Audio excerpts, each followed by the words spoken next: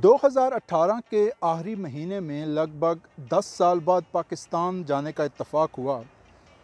अपनों यार दोस्तों की महफ़िलों से तो काफ़ी हद तक महज़ूज़ हुए ही, लेकिन जिस दूसरी चीज़ ने मेरी दिलचस्पी और तवज्जो समेटी वो थी पाकिस्तानी दीवारों, रेहड़ी ठेलों पे लिखी जा बजा वो छोटी छोटी शगुफ्ता सी तहरीरें और इश्तहारात, और ख़ास तौर पर पाकिस्तानी ट्रक्स जो लॉन्ग रूट्स पे चलते हैं उनके पीछे लिखी वो छोटी छोटी शगुफ्ता तहरीरें जो बज़ाहिर तो बड़ी मामूली और किसी हद तक मज़हक़ा अंगेज़ भी लगती हैं, लेकिन अगर थोड़ा बड़ा दिल करके उनको गौर से पढ़ा जाए और समझने की कोशिश की जाए तो उर्दू अदब के किसी शगुफ्ता बाब का हिस्सा बनने की पूरी सलाहियत रखती हैं वो तहरीरें।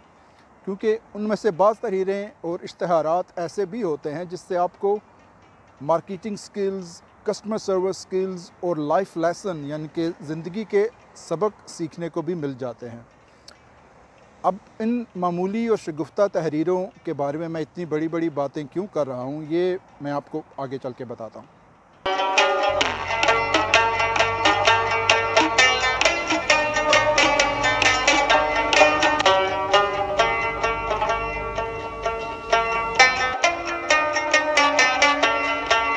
जी, पाकिस्तानी दीवारों, रेहड़ी ठेलों और पाकिस्तानी ट्रक्स के पीछे लिखी उन छोटी छोटी शगुफ्ता तहरीरों और इश्तहारात के बारे में अभी जो कुछ मैंने तारीफ़ी कलमात बोले उन पर रोशनी डालने के लिए मैं आपको चंद एक मिसालें देता हूँ।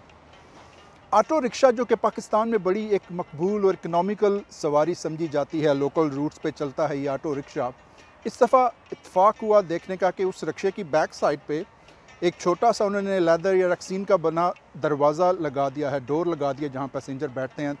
समटाइम पैसेंजर जब बाहर निकलते हैं या रिक्शे में बैठते हैं तो वो उस दरवाज़े को बड़ा मिस हैंडल करते हैं जिससे वो टूट जाता है। तो पैसेंजर्स को बात समझाने के लिए किसी ड्राइवर ने उस दरवाज़े के ऊपर ये एक तहरीर लिखी कि दरवाज़ा प्लीज़ होली बंद करें। अब अगर किसी रिक्शा ड्राइवर को ये तहरीर दिखाई जाए कि यार इसका क्या मतलब है, यानी कि एक लाइन में आपने 3 लैंग्वेजेस यूज़ की हैं, दरवाज़ा प्लीज़ होली बंद करें, उर्दू भी है, इंग्लिश भी है और पंजाबी का भी थोड़ा सा तड़का उसमें लगा दिया, तो वो ड्राइवर साहब जो हैं बड़े फ़ख्री अंदाज़ में कहते हैं कि ये कोई मामूली रिक्शा थोड़ी है, इतने बड़े शहर में मैं रिक्शा चला रहा हूँ, तो एक तरह से इंटरनेशनल सवारी है। उर्दू बोलने वाले भी बैठते हैं, पंजाबी बोलने वाले भी बैठते हैं और इंग्लिश बोलने वाले भी रिक्शे में बैठते हैं। तो सबको बात समझाने के लिए मैंने एक लाइन में 3 लैंग्वेजेस मिक्स की हैं कि दरवाज़ा प्लीज़ होली बंद करें। तो ज़रा कस्टमर सर्विस स्किल आप चेक करें इसमें कि बेशक मासूमाना ही सही, लेकिन कस्टमर सर्विस स्किल्स का पूरा एहसास किया गया है अपनी इस लाइन में कि कस्टमर को बात समझाने के लिए और अपना दरवाज़ा भी बचाने के लिए ये लिख दिया गया है कि दरवाज़ा प्लीज़ होली बंद करें।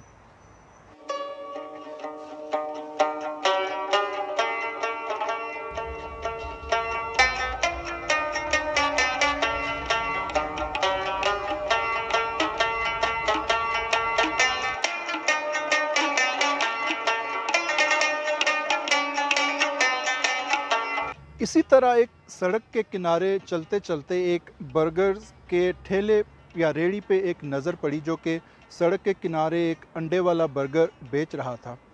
अपनी उस रेहड़ी या ठेले के साइड पे उसने बड़े जल्दी अल्फाज में ये फ़िक्रा लिखवा रखा था कि हाय मैं मर गई ऐना टेस्टी बर्गर।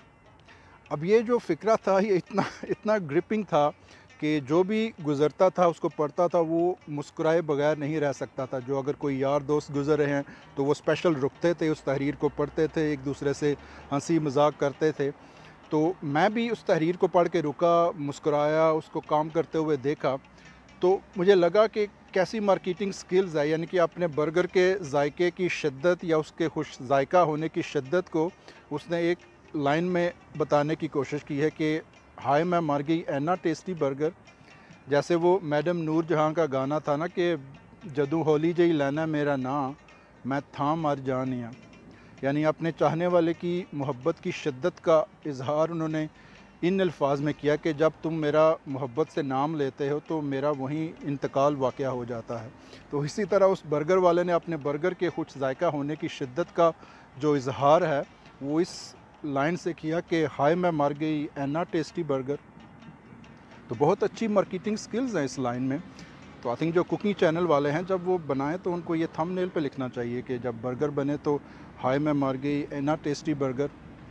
फिर आप व्यूज़ चेक कीजिएगा ज़रा।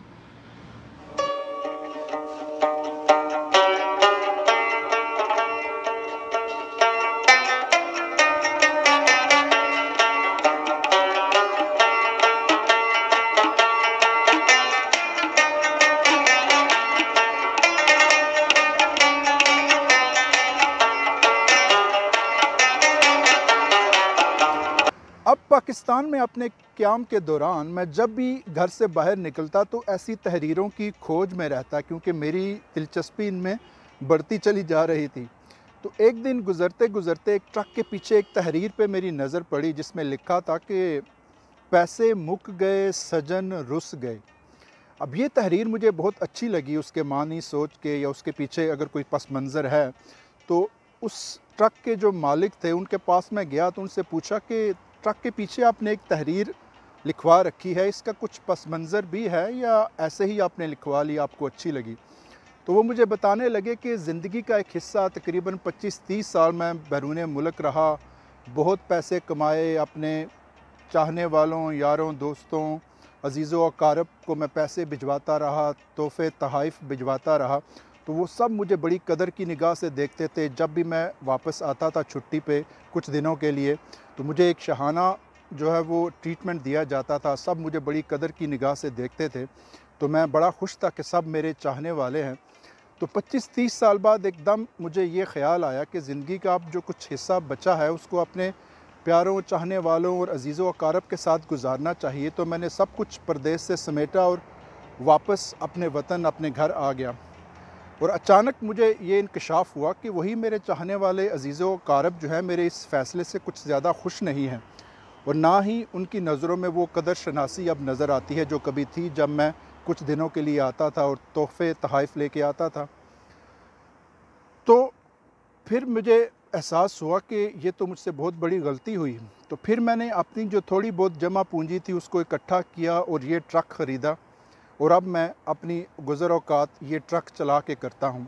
और इस ट्रक के पीछे मैंने अपनी ज़िंदगी की वो एक निचोड़ जो है वो लिखा है कि पैसे मुक गए ते सजन रुस गए।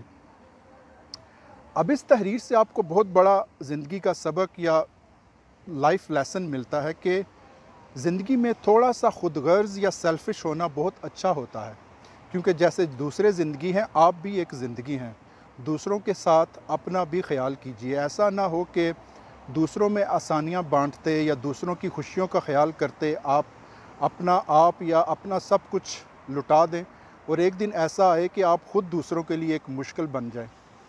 इसलिए दूसरों के साथ अपना भी ख्याल कीजिए ताकि आपको ज़िंदगी में एक दिन ये ना कहना पड़े कि पैसे मुक गए ते सजन रुस गए।